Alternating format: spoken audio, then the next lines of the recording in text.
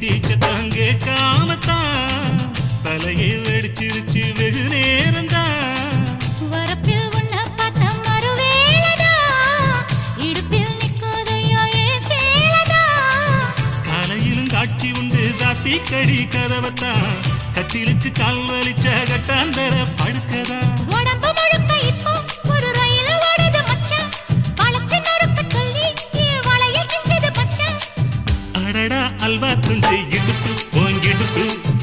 அழகா பத்தி கிச்சி நெருப்பு தூள் கிடப்பு